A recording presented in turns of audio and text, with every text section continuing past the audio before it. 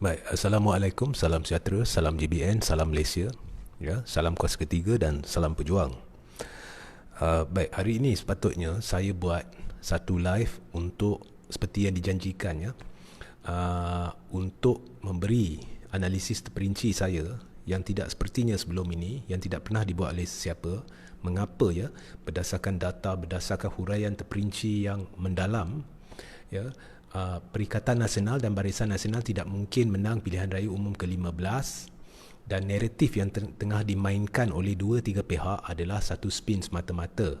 Jadi mereka tidak memberikan huraian yang begitu terperinci. Mereka hanya bergantung kepada kemampuan menulis dengan cara yang boleh meyakinkan orang, tetapi tanpa, kalau kita kaji betul-betul, tanpa fakta bernas.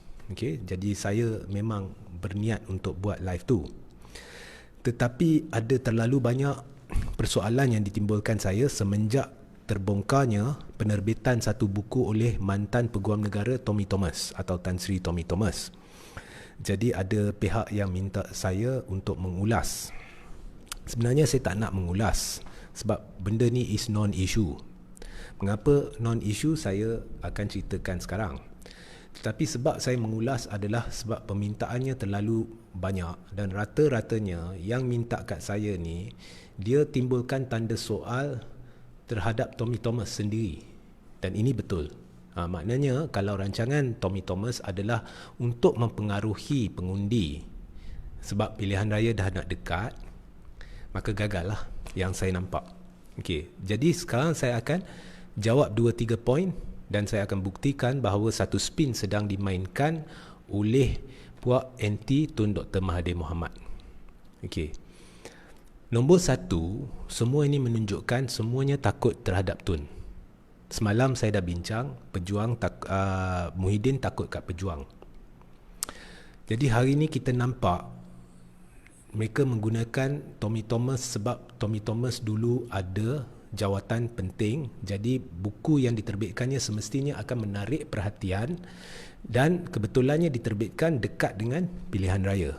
Jadi dah nampak dah ini adalah untuk mempengaruhi pengundi. Dan kedua, apa yang nyata daripada semua ni adalah tahap kematangan media.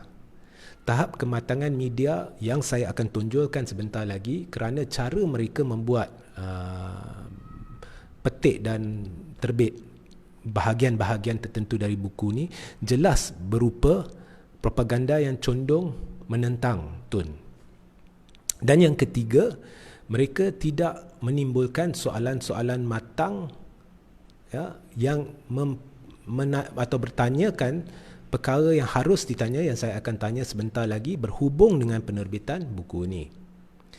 Dan yang keempat, Tommy Thomas telah secara langsung, ya, membuktikan bahawa Tun telah mengambil kira sentimen rakyat majoriti, dan oleh kerana Melayu adalah majoriti dan berdasarkan rungutan-rungutan pihak-pihak tertentu, dia telah mengambil pertimbangan itu, dan itu telah dibuktikan oleh Tommy Thomas, sekaligus bermakna Tommy Thomas telah membuktikan bahawa Tun adalah pejuang dan pembela nasib Melayu Islam.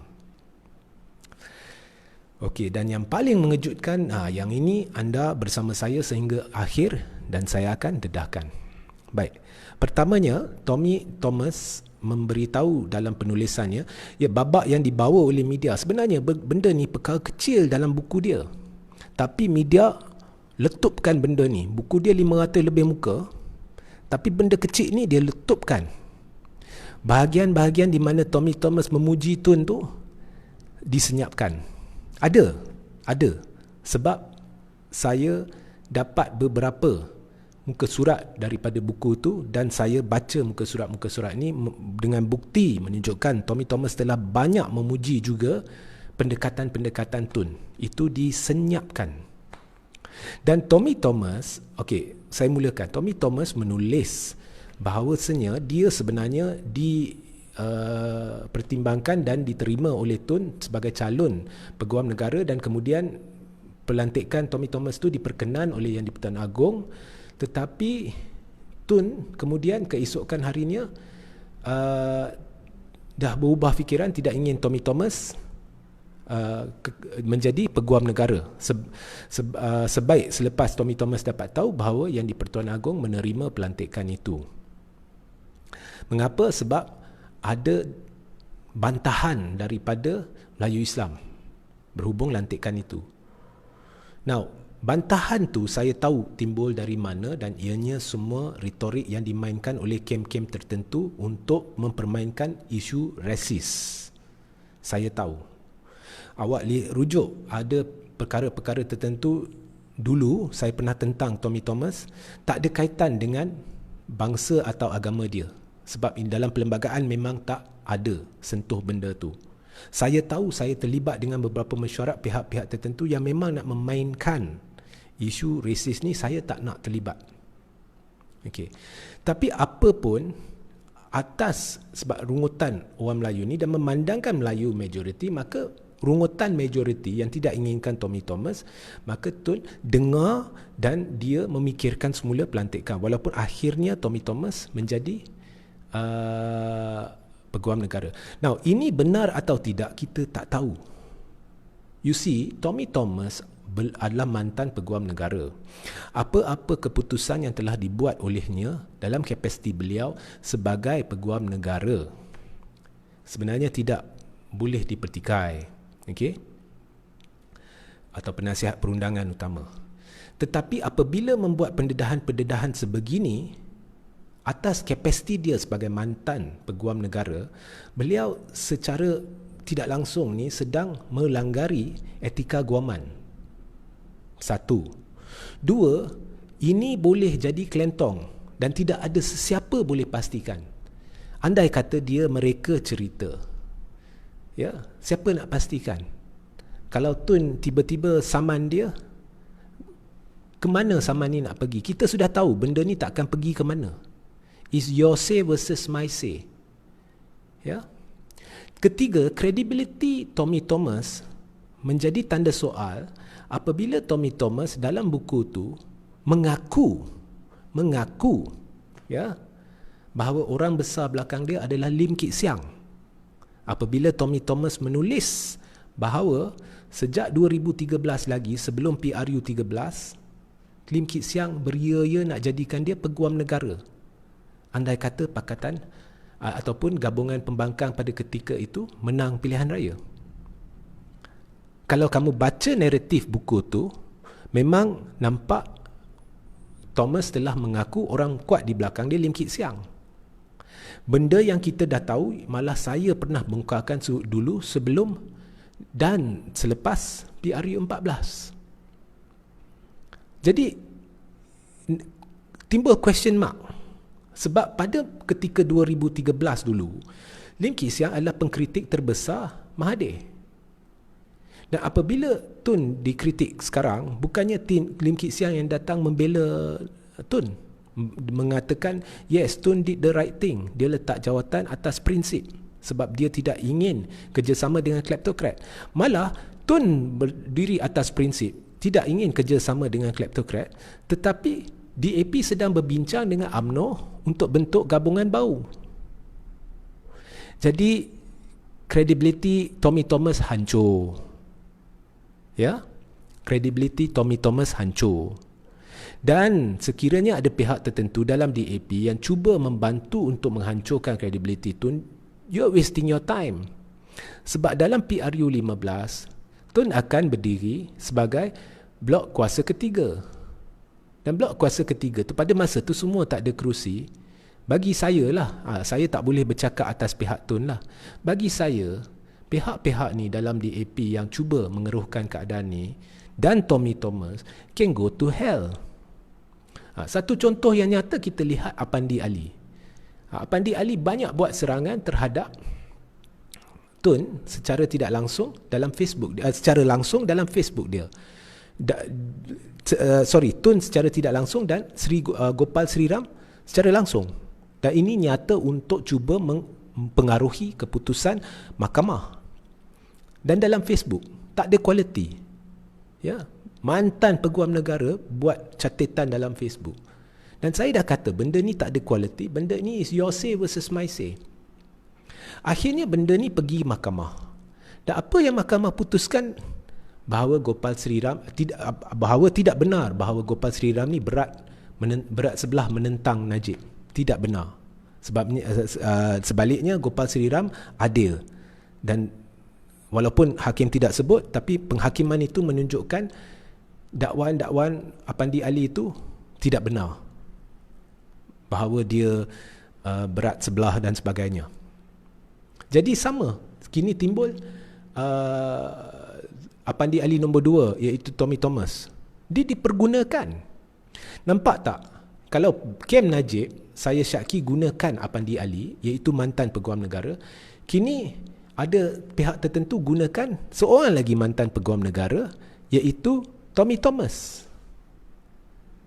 So, benda ni adalah untuk timbulkan persepsi. Dan saya ulang, kredibiliti Tommy Thomas dah hancur. Ya? Dan mengapa? Sebab kita tahu sekarang, menerusi pengakuan oleh Tommy Thomas sendiri, orang kuat belakang dia adalah Lim Kit Siang. Dan mengapa media tidak menimbulkan perkara-perkara ni? Mengapa petik benda tertentu yang hanya sekerat dalam satu buku 500 lebih muka, yang ni 2-3 perenggan je dia petik yang tu? Mengapa? So, saudara-saudari, bila minta saya untuk mengulas benda ni, saudara-saudari jangan terpengaruh ataupun kena faham bahawa mana satu yang spin, mana satu yang kita boleh terima, mana satu yang betul ke tidak. Jangan buang masa memikirkan, sebab kita tak boleh tahu. Dan Tommy Thomas secara tidak langsung telah melanggar etika guaman dengan mendedahkan perkara-perkara yang berlaku ketika dia menjawat jawatan rasmi Peguam Negara. Ya. So, kalau saya dilantik dulu sebagai Peguam Negara, saya boleh kata satu hari itu Tun masuk ke dalam bilik saya, dalam buku. Kemudian Tun beritahu saya ini, beritahu saya itu, walhal Tun tak pernah masuk dan tak pernah beritahu apa-apa. Benda tu akan ke mana? Okey, katakan Tun buat saman fitnah kepada saya. Awak rasa benda tu akan ke mana? Saya boleh bertekad, ya benda ni berlaku. Tun boleh bertekad, no benda ni tak berlaku. Kita nampak benda ni tak akan ke mana. Okey. Cuma ianya membantu timbulkan persepsi. Sebab kita tahu pengundi. Pengundi ni awak letak kotak kosong dan awak letak kertas warna dia seolah-olah warna kertas undi. Letak tepi teksi, kemudian ambil gambar dan tulis caption sana, peti undi diseluduk. Seperti yang pernah berlaku dalam pilihan raya tahun 2013. Itulah satu media sosial, semua percaya. Ya. Dengan dakwaan gila daripada, tak silap saya, Anwar ke, PKR ke, mana ke, beratus ribu pengundi Bangladesh ke mana tiba di airport. Cuba buat logistik, tak masuk akal. Tapi mereka tak kisah. Bila timbulkan berita palsu ni dalam tempoh dekat dengan satu letupan, benda ni akan didengari oleh semua, akan tular, dan kemudian ianya akan timbulkan persepsi. Tapi apa pun, Tommy Thomas telah berjaya membuktikan 2 perkara, dan sebenarnya 3 perkara. Pertama dan kedua saya dah sebut. Pertamanya, dia membuktikan, andai kata apa yang dia kata benar, sebab kita tak tahu, saya dah beritahu. Ini mungkin semuanya kelentong. Tetapi andai kata benar, dia telah membuktikan bahawa Tun ambil berat sentimen rakyat dan telah membela nasib Melayu Islam.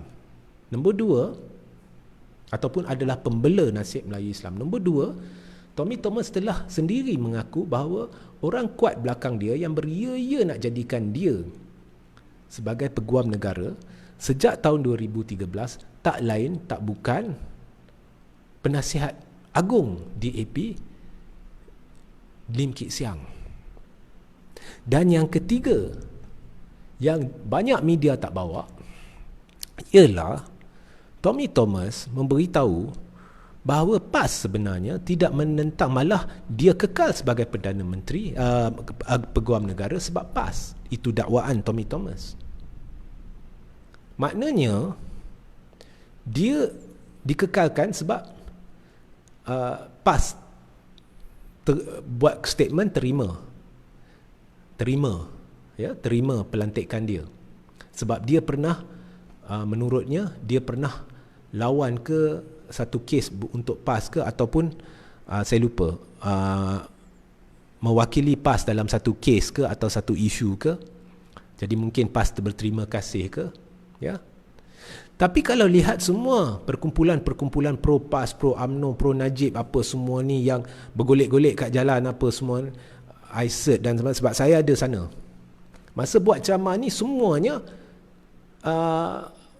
Tommy Thomas perlu letak jawatan. Malah dalam media-media portal pro atau pro PAS ataupun media portal PAS tu, ada artikel-artikel yang dibawa oleh pihak-pihak yang minta Tommy Thomas letak jawatan. Pada ceramah-ceramah tu yang saya kata bergolek-golek kat jalan ke apa ke, berhimpun ke apa ke, ISET ke, duduk atas pentas tu lebay-lebay PAS, diam bila orang minta Tommy Thomas letak jawatan. Jadi Tommy Thomas sedang menunjukkan PAS tu hipokrit. Benar atau tidak saya tak tahu. Okey, tapi saya cek, rupa-rupanya memanglah PAS tak tentang lantikan Tommy Thomas. Memang betul. Dekat situ saya nampak hipokrisi sikit, sebab dekat pentas-pentas tu bila orang duk ceramah ni, lebay-lebay PAS ada. Kumpulan-kumpulan yang berlaung-laung buat perhimpunan sini, perhimpunan sana tu pro PAS, ada yang ditaja oleh kumpulan-kumpulan yang berkait dengan PAS. Jadi fikir-fikirkanlah. Semua ni Tommy Thomas secara tidak langsung telah membuktikan kalau dia nak tuding jari kat Tun, dia telah secara tidak langsung, dan media ni kalau nak tuding jari secara tidak langsung telah berjaya membuktikan ataupun menunjukkan, kalau anda kaji betul-betul, bahawa Tun lah yang pembela nasib Melayu Islam. Yang lain ni semua hipokrit. DAP, UMNO, PAS, hipokrit. Jadi berhati-hati sekiranya anda cuba mainkan isu Tommy Thomas ni, sebab mungkin kena balik ke anda.